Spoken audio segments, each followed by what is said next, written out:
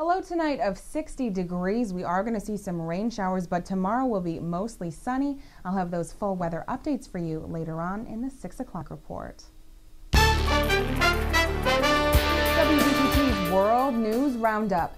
Buildings all over Cuba are in danger of falling down. It's not helping matters either that Tropical Storm Isaac is closing in on the island nation. Patrick Ottman has more on why so many buildings in Havana are in bad shape.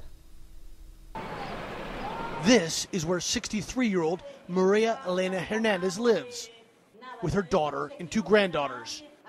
A building that's barely standing, prevented from collapsing by wooden beams. When trucks go by, she tells me, everything starts shaking. Once a chocolate factory, the century-old building was converted into apartments after the revolution in 1959 and has seen better days. At first it was just dust falling. Then bathrooms fell, which is where the hole is. Then pieces here and there fell from the stairway, then inside the houses. The building's floor comes apart at the touch. Laundry dries in gaping holes where windows used to be. Residents who left are replaced by squatters. All over Havana, thousands of buildings like this one are disintegrating from lack of maintenance in Cuba's punishing tropical climate, sometimes with fatal results. Maria Elena had good reason to be afraid. In January, just a few blocks away from her apartment, the building that was here came crashing down, killing 4 people who were inside. Architect Mario Coyula says Cuba's efforts to save the aging buildings is outpaced by their decay. What's going on is that there is an accumulation of needs because the pace of deterioration doesn't stop, it increases. And there is a rhythm of failures, of collapses. Many residents moved out of the old factory to new apartments they helped build. Health problems, Maria Elena says, prevented her from taking part in the construction. She refused the government's offer to move her family to cramped communal housing outside Havana. If I've been living here for 30 years, if my daughter and my granddaughter grew up here, I shouldn't have to move to the countryside.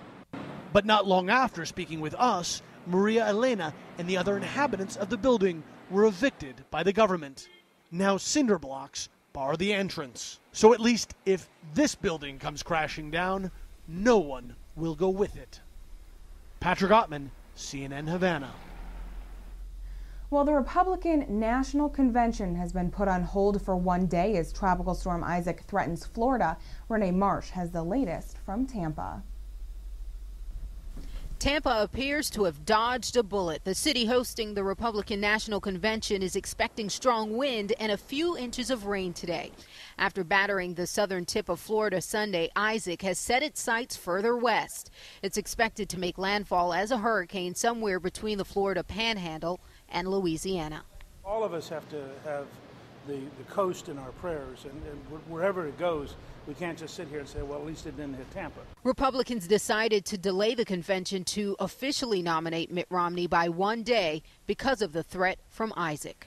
That was their decision to make, but we helped them understand the fact that high winds could cause some bridge closures, make travel by bus difficult, and generally we could have some road floodings and things like that. Despite the delay, Republicans believe the party's business will still get done. It is what it is, right? I mean, so we're going to tell the Mitt Romney story. We're still going to prosecute the president, what he promised, what he delivered, and why we think we need to save this country and put Mitt Romney in the White House. But Tampa's mayor says going forward with the political celebration could be a tough decision. They have a moral dilemma in terms of if there's loss of life, if there's loss of property in New Orleans, what is it that they do? Most of the speakers set to take the convention stage today have been rescheduled for later in the week.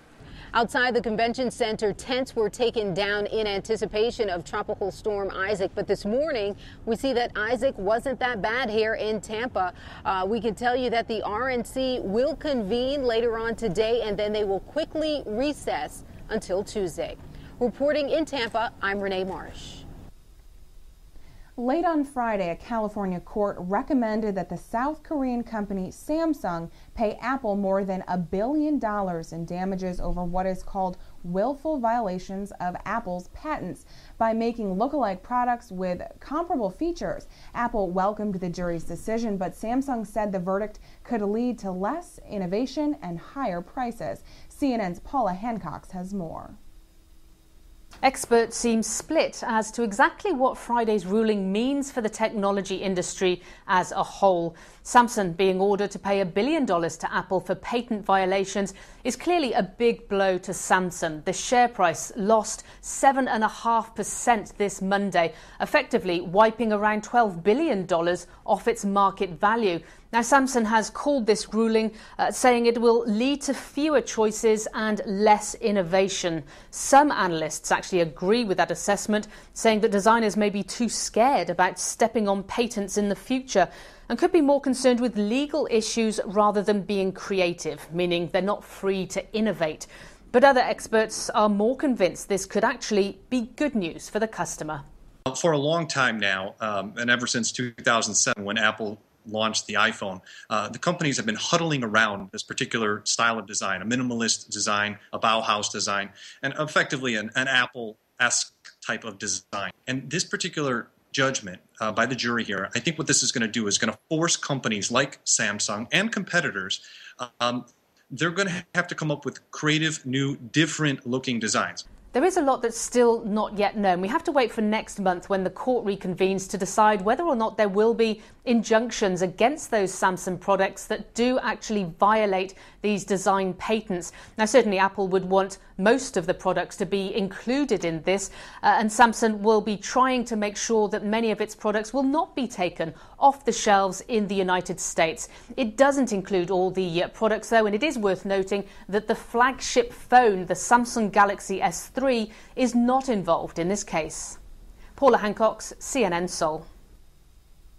Sports is next with WVTT's Derek Smith. Don't miss all the latest Bills news here on News Channel 25 WVTT.